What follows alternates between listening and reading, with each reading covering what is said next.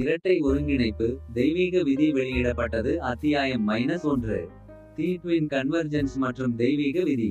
ஒரு பீப்பல் மரத்தின் அடர்ந்த விதானத்தின் நடுவே அந்தி நேரத்தில் நிழல்கள் நடனமாடின. ராஜ், ஒரு குழப்பமான கடந்த கால இளைஞர், அதன் பரந்த கிளைகளுக்கு அடியில் ஆறுதல் தேடினார். பிரம்மராட்சசரின் மர்மமான புராண கதையுடன் சிக்கிய விதி தனக்கு ஒரு மோசமான திட்டம் காத்திருக்கிறது என்பதை அவர் அறிந்திருக்கவில்லை.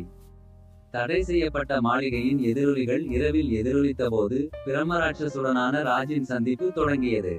மாளிகையின் தரிசனங்களால் வேட்டையாடப்பட்ட அவர் இருளின் இதயத்திற்குள் ஒரு பயணத்தை தொடங்கினார். அங்கு உயிர் வாழ்வது சாத்தியமற்றதாக தோன்றியது மற்றும் ஒவ்வொரு மூலையிலும் பயங்கரம் பதுங்கியிருந்தது.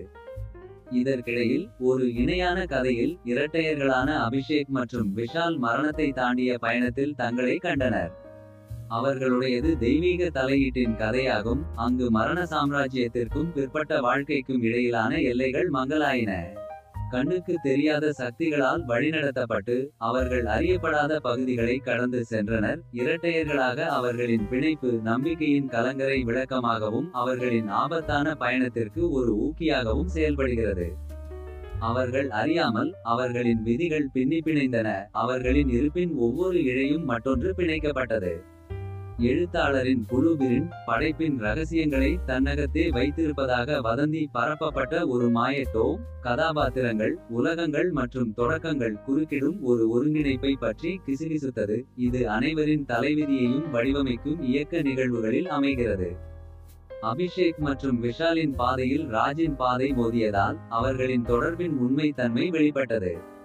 அவர்கள் விதியின் திரையில் அந்நியர்களாக இருக்கவில்லை, ஆனால் இரட்டையர்களின் புதிரான சக்தியால் பிணைக்கப்பட்ட ஒருவருக்கொருவர் பிரதிபலித்தனர். கணக்கீட்டின் உச்சக்கட்ட தருணத்தில் விதியின் இழைகள் பிணைந்தன. யதார்த்தத்தின் துணிவே எதிர்பார்ப்புடன் நடுங்குகிறது. அப்போதுதான் அந்த வெளிப்பாடு தாக்கியது. இரட்டை குழந்தைகளின் விதி தனிமையில் அல்ல, ஒற்றுமையில் தங்கியிருந்தது. அவர்களின் விதிகள் ராஜ் அடைக்கலம் தேடிய பீப்பல் மரத்தின் கிளைகளைப் போல பிணைந்தன.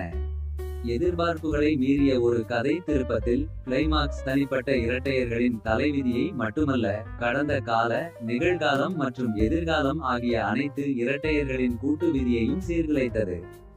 அவர்களின் பகிரப்பட்ட பிணைப்பின் சக்தியின் மூலம் அவர்கள் ஒரு புதிய பாதையை உருவாக்கினர். அங்கு விதியின் எதிரொலிகள் பயத்தை விட நம்பிக்கையுடன் எதிரொலித்தது. கதை வெளிவருகையில் எழுத்தாளரின் குழுவின் அதன் உண்மையான நோக்கத்தை வெளிப்படுத்தியது. வெறுமனே பயங்கரவாதம் மற்றும் உயிர்வாழும் கதைகளை உருவாக்குவது மட்டுமல்ல, எல்லாவற்றின் ஒன்றோடொன்று இணைந்திருப்பதை விளக்குவதும் ஆகும். இருத்தலின் திரைச்சீலையில் ஒவ்வொரு பாத்திரமும், ஒவ்வொரு உலகமும், ஒவ்வொரு தொடக்கமும் அர்த்தத்தை கொண்டிருந்தன.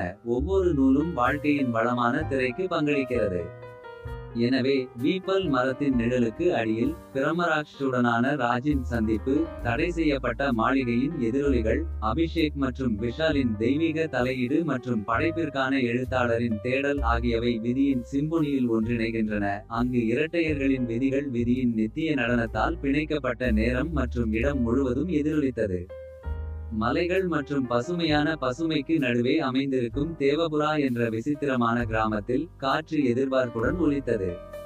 மரியாதைக்குரிய பாதிரியார் பண்டிட் சர்மாவின் மகன்களான அபிஷேக் மற்றும் விஷால் என்ற இரட்டையர்கள் இன்று பிறந்தனர். இந்த மங்களகரமான நிகழ்வை கொண்டாட கிராம மக்கள் கூடியிருந்தபோது தீர்க்கதரிசனத்தின் கிசுகிசுக்கள் காற்றில் கனமாக தொங்கின. இரட்டை குழந்தைகளின் பிறப்பு ஒரு தெய்வீக ஒருங்கிணைப்பை முன்னறிவித்தது. வரலாற்றின் போக்கை வடிவமைக்கும் விதிகளின் இணைப்பு என்று கூறப்பட்டது. பண்டிட் சர்மா கவலையால் சுருங்கிய அவரது புருவம் நடுங்கும் கைகளில் புதிதாக பிறந்த தனது மகன்களை தழுவினார். ஏனென்றால் அவர்களின் வருகை மகிழ்ச்சியை தருவது மட்டுமல்லாமல் மரணத்தை புரிந்து கொள்ள முடியாத சக்திகளின் கவனத்தையும் வீழ்த்தும் என்பதை அவர் அறிந்திருந்தார். வருடங்கள் செல்ல செல்ல அபிஷேக் மற்றும் விஷால் இருவரும் ஒருவரையொருவர் பிரதிபலிக்கும் உருவங்களாக வளர்ந்தனர். அவர்களின் பிணைப்பு பிரிக்க முடியாதது மற்றும் அவர்களின் இணைப்பு தெளிவாக உள்ளது.